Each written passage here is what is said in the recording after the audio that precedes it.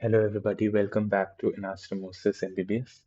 आज के लेक्चर में हम लोग करने वाले हैं breast and the mammary gland. तो आज के लेक्चर में हम लोग करेंगे स्ट्रक्चर ऑफ ब्रेस्ट। उसके बाद हम लोग करेंगे ब्लड सप्लाई एंड जिसमें हम आर्टीरियल और वेनस ब्लड सप्लाई देखेंगे। नेक्स्ट लेक्चर में हम करेंगे lymphatic drainage of the breast. बहुत इंपॉर्टेंट टॉपिक है, इसको समझने में बच्चों को बहुत प्रॉब्लम आती है, बट नेक्स्ट लेक्चर में अगर आप अच्छे से करेंगे तो बिल्कुल क्रिस्टल क्लियर हो जाएगा। तो शुरू करते हैं। So what exactly is breast? Breast is nothing but it is a modified apocrine sweat gland and ये present होता है superficial fascia में। ये like जो pectoral fascia होता है उसके ऊपर रहता है and superficial fascia में रहता है below the skin। and males में rudimentary होता है, males में ये होता है but develop नहीं होता है। but अगर develop हो जाए, अगर डेवलप हो जाए तो उस कंडीशन को गायनेकोमास्टिया कहते हैं। सो development of breast in males.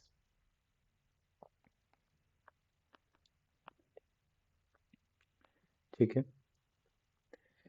Next चीज जो हम देखते हैं वो है लोकेशन। तो इसके लिए हम लोग डायग्राम बनाते हैं क्योंकि डायग्राम से हमेशा ज्यादा अच्छे से समझ आता है।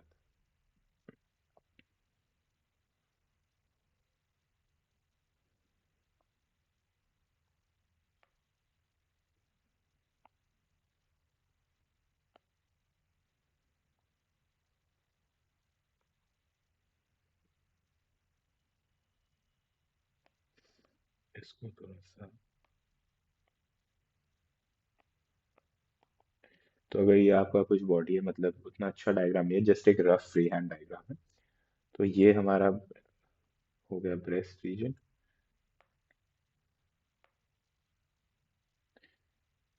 ये हो जाएगा हमारा ब्रेस्ट।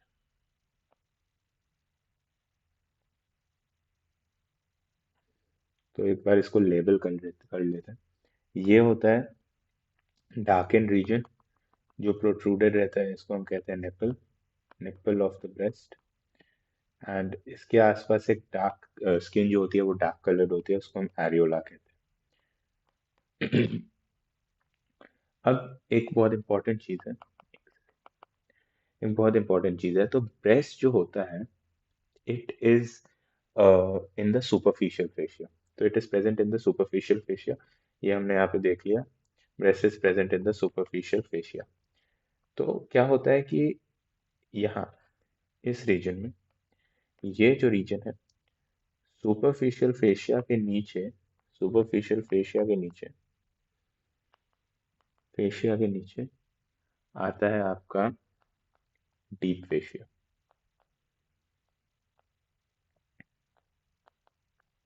तो जो ये वाला रीजन होता है ब्रेस्ट का, इसको हम कहते हैं एक्सिलरी टेल ऑफ स्पेंस। क्या कहते हैं इसे? Axillary tail of Spence. ये axillary tail of Spence pierce करती है डीप फेशिया को। ये डीप फेशिया को पियर्स करती है ताकि ये एक्सिला, मतलब ये जो आर्म पिट है, इस रीजन में जा पाए। अगर मैं इसको थोड़ा सा और अच्छे से बना दूं तो ये कुछ ऐसे जा रही होती है। यहाँ पे ये एक्सिला को पियर्स करती है to go into the deep deep fascia. तो एक बार इसको लिख, इसका ये डायग्राम से भी देख सकते हैं। ये देखिए, ये डायग्राम, ये देखिए, ध्यान से देखिए। ये जो रीजन है ये इसमें पियर्स कर रहा है। यहाँ पे होता है डीप फेशिया और इसमें एक्सिलरी टेल ऑफ स्पेंस उस डीप फेशिया को पियर्स करता है to go into the axilla. ठीक है। तो ये हो गया, आपका इसका लोकेशन है। एंड ये लिख लेते हैं हम लोग, extension of the supero lateral region, जिसे हम कहते हैं, बहुत इंपॉर्टेंट है ये, axillary tail of Spence. Tail of Spence ये क्या करता है? It pierces the deep fascia, क्योंकि ये लाई करता है सुपरफिशियल फेशिया में। ये अगर सुपरफिशियल फेशिया और ब्रेस्ट इसमें लाई कर रहा है और ये नीचे डीप फेशिया है, तो ये एक्सिलरी टेल ऑफ स्पेंस उसको पियर्स करता है to go into the axilla. समझ गए? तो it pierces the deep fascia to go into the axilla.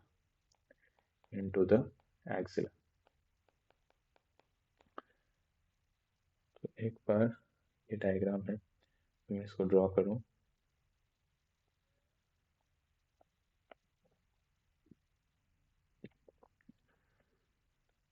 ये है आपका axillary tail of Spence.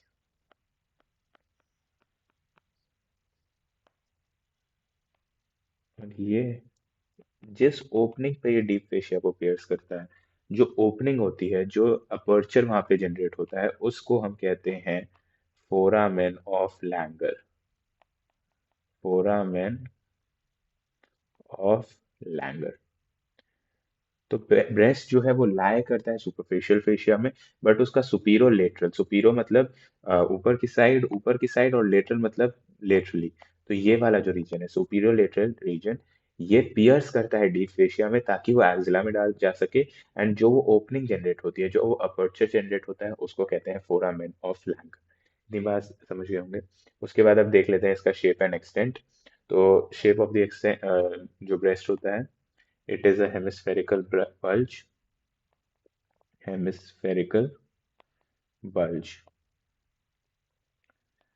And ये वर्टिकली एक्सटेंड करता है 7th to 6th रिब तक, रिब्स।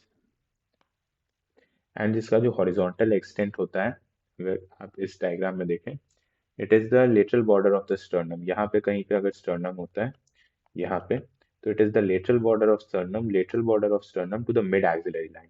मिड एक्सिलरी लाइन कहाँ होती है, ये देखिए, ये है मिड एक्सिलरी,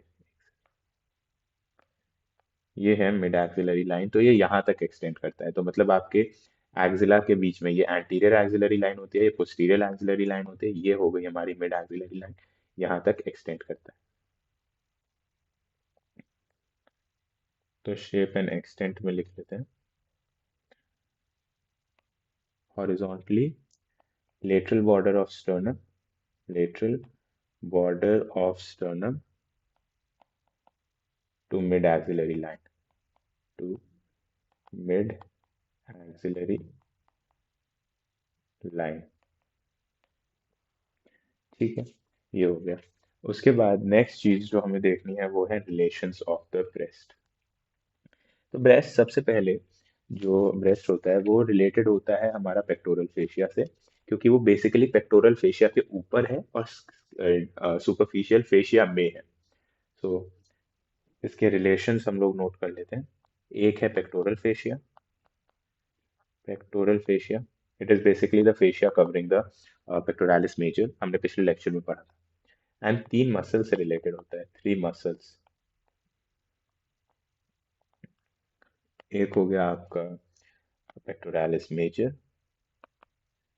दूसरा हो गया सेराटस एंटीरियर, एंड तीसरा हो गया एक्सटर्नल ऑब्लिक।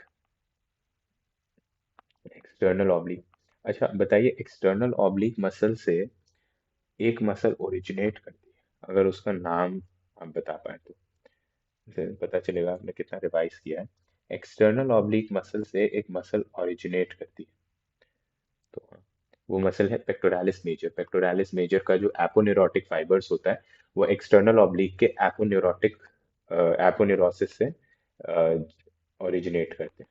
ठीक। उसके बाद नेक्स्ट आते हैं deep relations of the breast. तो इसके लिए एक डायग्राम बनाऊंगा, उससे समझने की कोशिश करते हैं। ठीक। तो ये है हमारे रिब्स,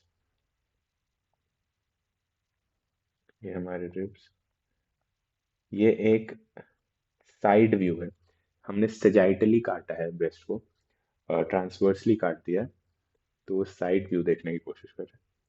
ट्रांसवर्सली आपको पता होगा, मतलब जैसे कि अगर अ, ये ह्यूमन है, तो हमने उसको ऐसे काट दिया है, और उसके बाद जो हमको वो आधा हाफ दिख रहा है, ऐसा, हम ये कुछ देखने की कोशिश कर रहे हैं, एक उसकी पिरामिड दिखी, तो हमने उस तरह से काट लिया। ये हो गया लिप्स। उसके बाद ये मसल और ये मसल कौन सी है जो ज्यादा इधर, एक सेकेंड।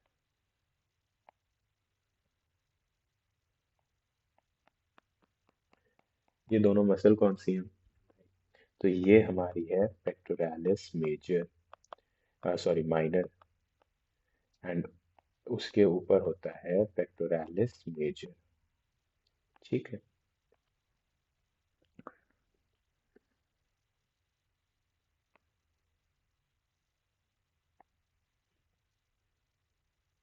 एंड ये समझिए, यहाँ पे आपका फेशिया बना देते हैं पहले।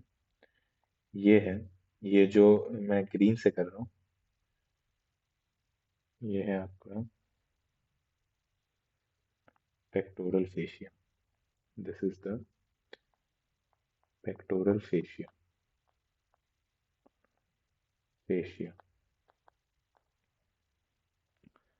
एंड यहाँ पे इस एरिया में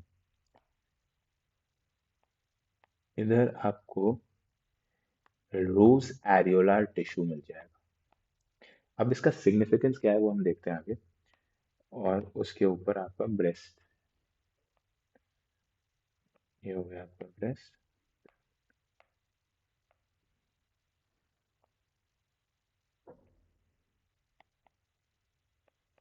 ये हो गया आपका निपल, इसके आसपास हो गया एरियोला। तो यहाँ पे इस स्पेस को हम कहते हैं, जो ये स्पेस है, जो ये वाली स्पेस है बिटवीन द पेक्टोरल फेशिया, ये पेक्टोरल फेशिया हो गया, between the pectoral fascia and the breast, इस स्पेस को क्या कहते हैं? इस स्पेस को हम लोग कहते हैं रेट्रो मैमरी स्पेस। बहुत इंपॉर्टेंट है इसको जानना। इस स्पेस को हम कहते हैं रेट्रो मैमरी स्पेस। बहुत इंपॉर्टेंट है, रेट्रो मैमरी स्पेस। तो इस स्पेस का बेसिकली काम क्या होता है? इसमें होते हैं लूज एरियोलार टिश्यू। इस स्पेस में लूज एरियोलार टिश्यू रहते हैं, लूज एरियोलार टिश्यू। तो जो ब्रेस्ट होता है, ड्यूरिंग द ब्रेस्ट फीडिंग उसको मूव करना होता है एज पर द बेबी। तो इस loose areolar tissue and due to the space between the pectoral fascia and the breast, जो पेक्टोरल फेशिया है और ब्रेस्ट के बीच में स्पेस होता है, उसके कारण ब्रेस्ट को हम मूव कर सकते हैं। और उस स्पेस में लूज एरियोलार टिश्यू होता है, एंड इसके कारण व्हाट इज द,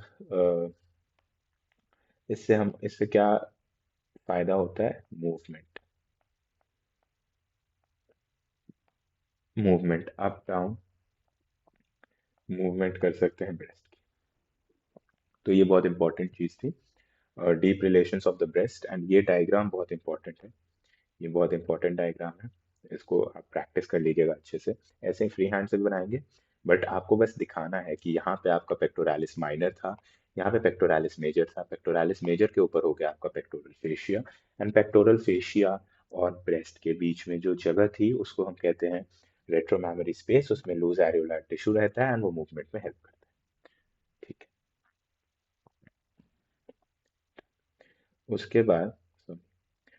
उसके बाद आते हैं structure of breast. Structure of breast बहुत ईजी है, फ्लो चार्ट से मैं बताऊंगा।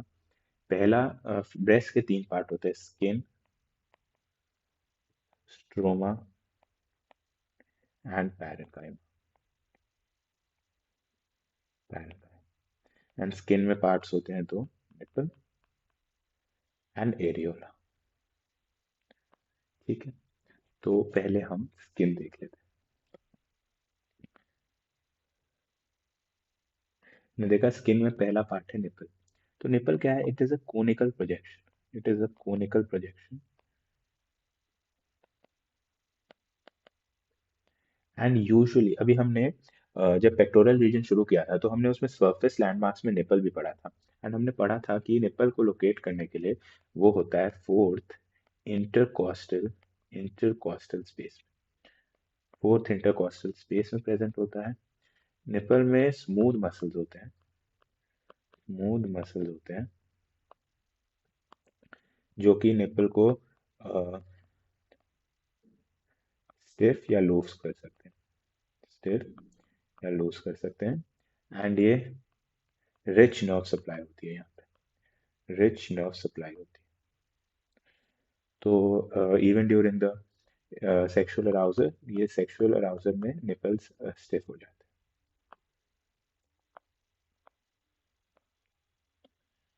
Most sensitive, this is also the most sensitive part because इसमें बहुत ज़्यादा रिच नर्व सप्लाई है। तो ये तो हो गया। उसके बाद नेक्स्ट जो रीजन है वो है एरियोला। अब एरियोला क्या है? इट इज़ अ, अगर समझिए ये निपल है तो उसके आसपास एक ऐसी स्किन रहती है जो कि थोड़ी डार्कर कलर होती है। तो it is the pigmented skin around the nipple, around the nipple. ठीक है। एंड इसमें modified modified sebaceous glands present होते हैं। ग्लैंड्स प्रेजेंट होते हैं, ये करते क्या हैं? ये ऑयल सिक्रीट करते हैं।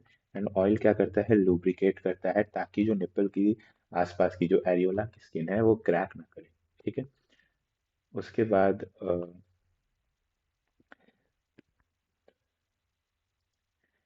प्रेगनेंसी के टाइम प्रेगनेंसी के टाइम एरियोला डार्कर और एनलार्ज हो जाता है।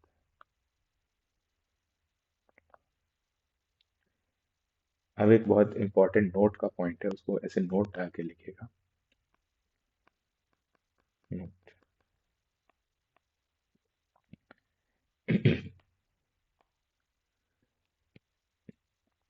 जब ड्यूरिंग द प्रेगनेंसी के टाइम पे, क्योंकि बेबी की डिलीवरी के बाद बेबी को ब्रेस्ट फीड करना होगा, तो निपल निपल पे ना बेसिकली निपल पे स्ट्रेस ज़्यादा पड़ जाता है क्योंकि बेबी वहां से सक करता है। तो जो सेबेशियस ग्लैंड्स होते हैं, जो सेबेशियस ग्लैंड्स होते हैं, basically the oil secreting glands, वो एनलार्ज हो जाते हैं। एंड इसके कारण वो अपीयर होने लगते हैं नॉड्यूलर एलिवेशंस की तरह, नॉड्यूलर एलिवेशन। एंड इसको हम कहते हैं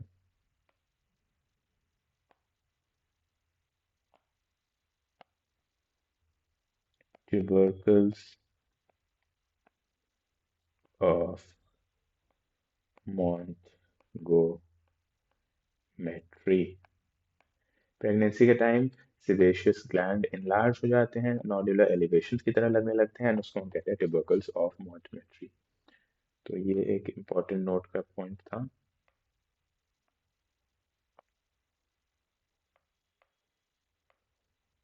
इसको ध्यान से रखिएगा। ठीक है। ये हो गया। नेक्स्ट जो है वो है स्ट्रोमा। तो स्ट्रोमा के भी दो पार्ट्स कह सकते हैं आप बेसिकली। स्ट्रोमा के दो पार्ट्स होते हैं। एक तो है fibrous connective tissue, fibrous connective tissue, and दूसरा है फैट। तो इस फिब्रस कनेक्टिव टिश्यू का बहुत इंपॉर्टेंट है ये। इस फिब्रस कनेक्टिव टिश्यू में स्ट्रैंड्स की तरह या फिर सेप्टा की तरह डेवलप होते हैं, जिनको हम लोग कहते हैं लिगामेंट्स, लिगामेंट्स ऑफ कूपर। बहुत इंपॉर्टेंट चीज है, लिगामेंट्स ऑफ कूपर। एंड ये अरेंज होते हैं ना radial fashion, arranged in a radial fashion, radial fashion. अभी नेक्स्ट पेज में हम डायग्राम बनाएंगे तो अच्छे से समझ आ जाएगा। Radial fashion and they connect the skin to the duct of breast and pectoral fascia. ठीक है। एंड जो फैट होता है ये बल्क बनाता है,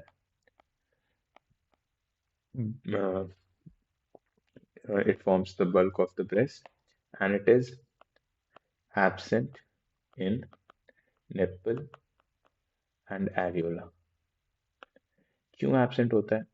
क्योंकि अगर फैट होगा तो निपल एंड एरियोला बहुत ही वो कर जाएंगे, लार्ज एनलार्ज होंगे and it will be difficult for the baby to suck the milk from there. तो इसलिए फैट वहाँ पे एब्सेंट होता है, निपल एंड एरियोला में फैट एब्सेंट होता है। तो डायग्राम बना के लिगामेंट्स ऑफ कूपर समझने की कोशिश करते हैं। हम एक सेजाइटल व्यू ले रहे हैं। तो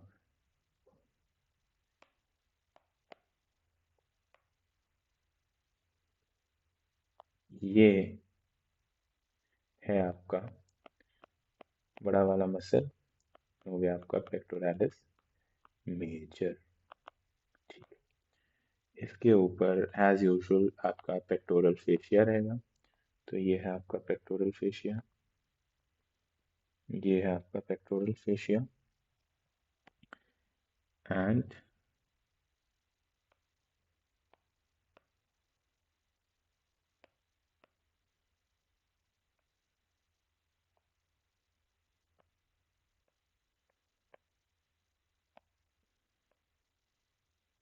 ये हो गया आपका ब्रेस्ट।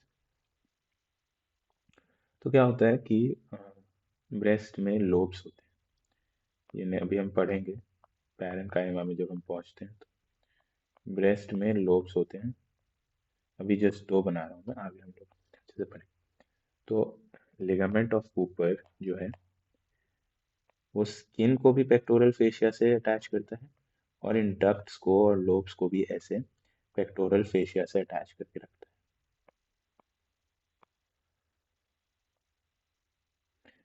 तो ये है हमारा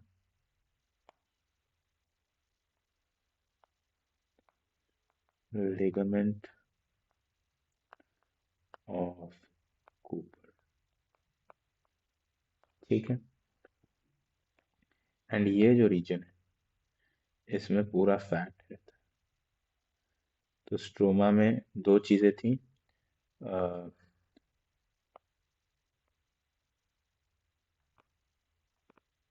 एक ये पता नहीं फिल नहीं हो रहा, बट ये जो पूरा रीजन रहता है इसमें पूरा फैट रहता है।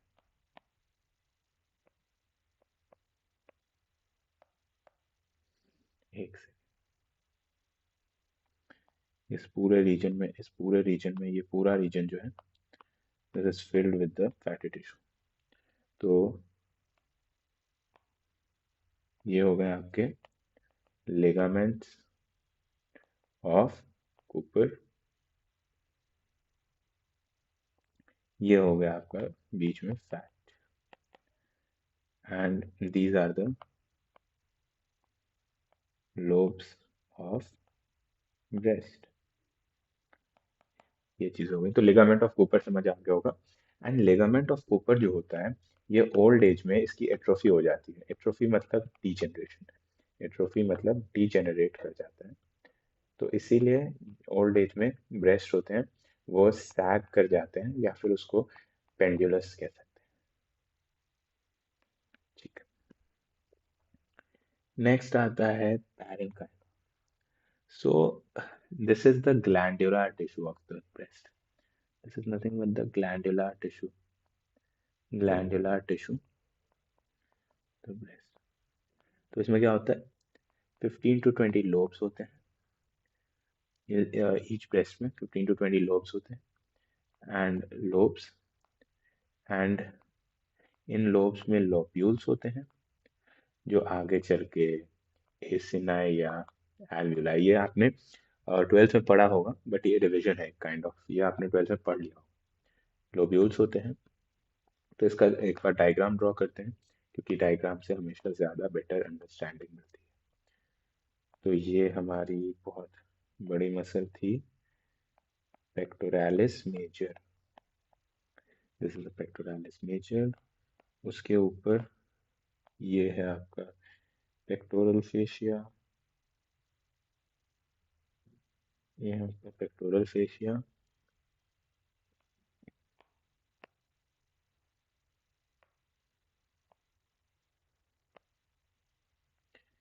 यहाँ पे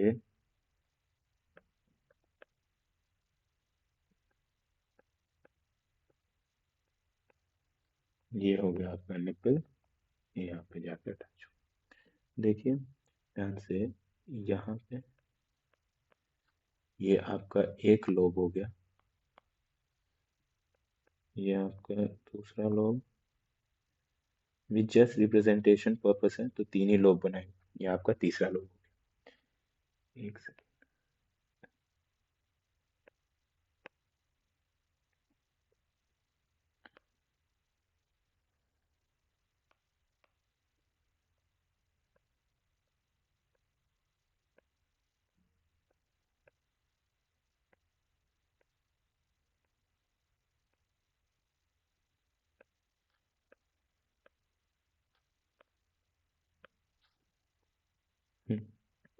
ये हो गया। तो ये हैं लोब्स, एंड इन लोब्स में, अच्छा, इसका एक दूसरा डायग्राम बनाएंगे। तो ध्यान से देखिए, यहाँ पे जो ये रीजन है, जो निपल पे कनेक्ट होने से पहले जो ये रीजन है, ये थोड़ा एनलार्ज्ड है। तो इस रीजन को हम लोग कहते हैं, पहले हम लोग इसको लेबल कर लेते हैं, ये लोब्स थे। ये होता है जो ये रीजन होता है, ये वाला या ये वाला, जो थोड़ा इनलार्ज रीजन है। जब वो निपल से बाहर जाने से पहले जो इनलार्ज रीजन है, इसको हम कहते हैं लैक्टिफेरस, लैक्टिफेरस साइनस। इस रीजन को हम कहते हैं लैक्टिफेरस साइनस। और ये थोड़ा सा एक्सपैंडेड होता है। तो near its termination, each duct is expanded into lactiferous sinus, and basically इसका काम क्या होता है, it serves as a reservoir for milk।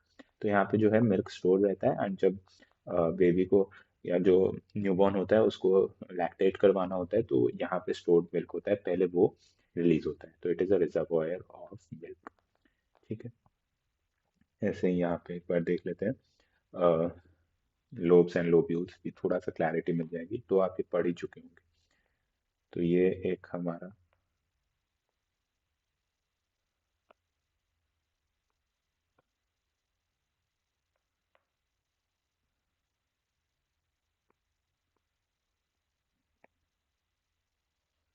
This is the lobe. ये है आपका, अभी हमने पढ़ा लैक्टिफेरस साइनस, एंड यहाँ से निकलता है एक लोब्यूल, फिर दूसरा लोब्यूल, फिर यहाँ से तीसरा, फिर यहाँ से चौथा, एंड फिर, तो ये है एक लोब्यूल, दूसरा लोब्यूल, तीसरा, चौथा, पांचवा, छठा, एंड हर लोब्यूल के ऊपर ये होते हैं एसिनाई या एल्वुलाई।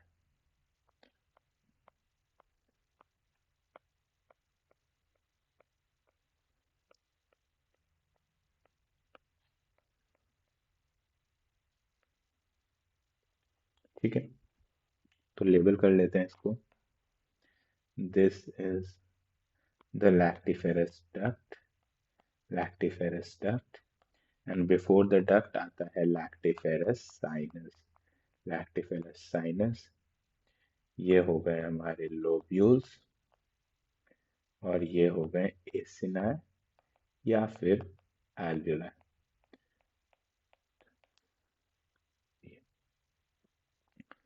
ठीक है, तो ये स्ट्रक्चर ऑफ ब्रेस्ट क्लियर हो चुका। हम्म, एंड हाँ, जो ये लोब्स हैं, ये रेडियली अरेंज्ड हैं, ये रेडियली अरेंज हैं ऐसे, and spoke of a wheel, spoke of a wheel की तरह ये टर्मिनेट करते हैं, यहाँ पे आके ये लोग अटैच होते हैं। This is basically the nipple. तो ये स्पोक ऑफ अ व्हील की तरह रेडियल फैशन में अरेंज्ड। अब नेक्स्ट चीज है arterial supply of the breast. तो ये भी थोड़ा इंपॉर्टेंट टॉपिक है, इसमें भी बच्चों को काफी बार डाउट रहता है। तो एक बार इसको अच्छे से समझते हैं।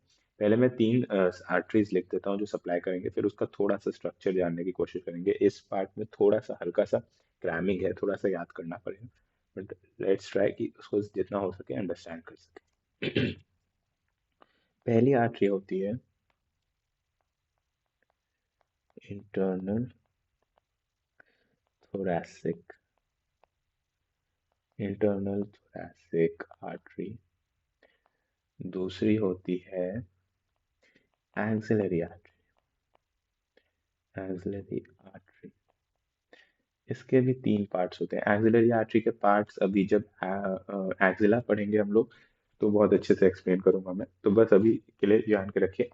एक्सिलरी आर्टरी के वैसे तो 6 पार्ट्स होते हैं, बट इसमें ब्रेस्ट में सप्लाई करते हैं दो ही पार्ट, 3 पार्ट। पहला है लेटरल थोरैसिक। लेटरल थोरैसिक बहुत इंपॉर्टेंट आर्टरी है क्योंकि ब्रेस्ट का मेजर ब्लड सप्लाई जो होता है, आर्टीरियल ब्लड सप्लाई, यही करती है। तो this is the most important artery.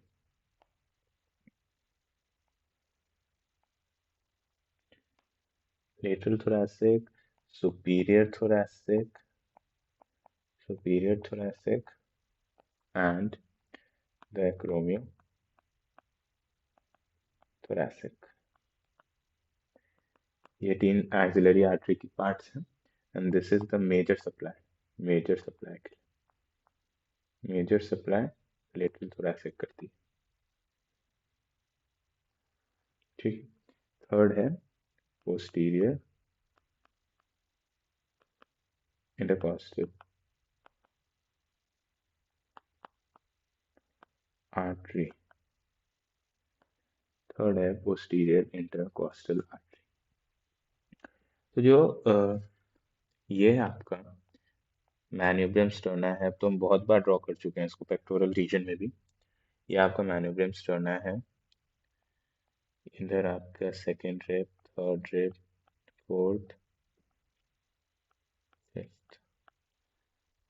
तो इंटरनल थोरैसिक आर्टरी की जो सेकेंड, थर्ड और फोर्थ है इंटरकॉस्टल स्पेसेस, यहाँ पे पहले हम इंटरनल थोरैसिक आर्टरी को ड्रॉ कर लेते हैं। ये है आपकी इंटरनल थोरैसिक आर्टरी, दोनों साइड होती है, अभी एक साइड की।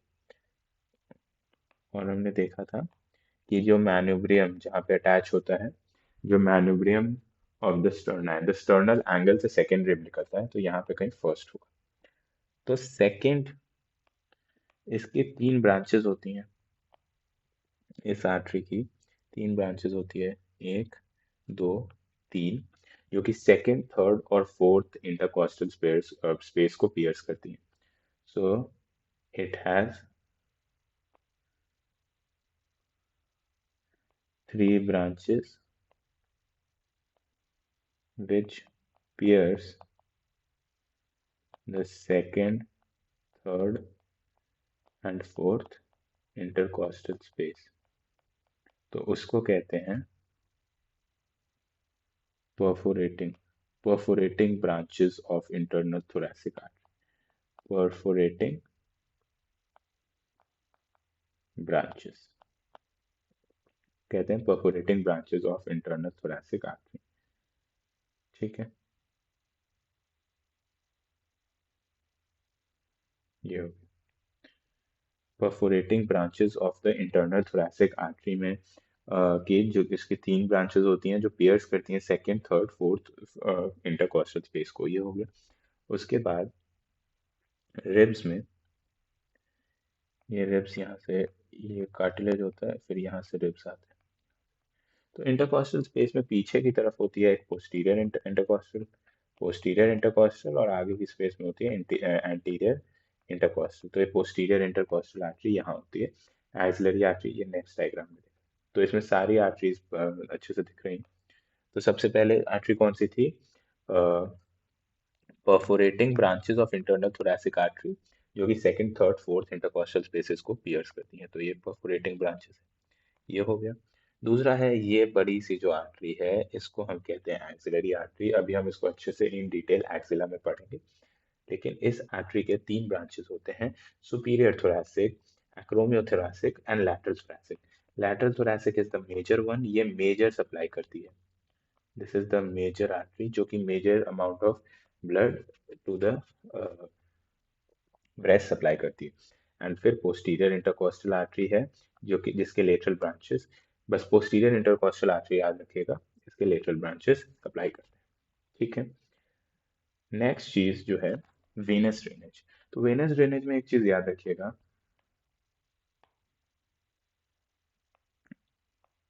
Veins follow the artery. जो वेन्स होते हैं वो आर्टरी को फॉलो करते हैं। तो अगर यहाँ पे एक एक्सिलरी आर्टरी, यहाँ पे एक एक्सिलरी आर्टरी है, तो यहीं पे एक एक्सिलरी वेन भी होगी। ठीक है। तो जो वेन्स हैं वो बिल्कुल सेम है, जो हमने अभी आर्टरी में पढ़ा वही वेन्स है। तो एक है हमारा इंटरनल थोरैसिक वेन, हमने इंटरनल थोरैसिक आर्टरी पढ़ा था, पहला आ गया इंटरनल थोरैसिक वेन। दूसरा आ गया एक्सिलरी वेन।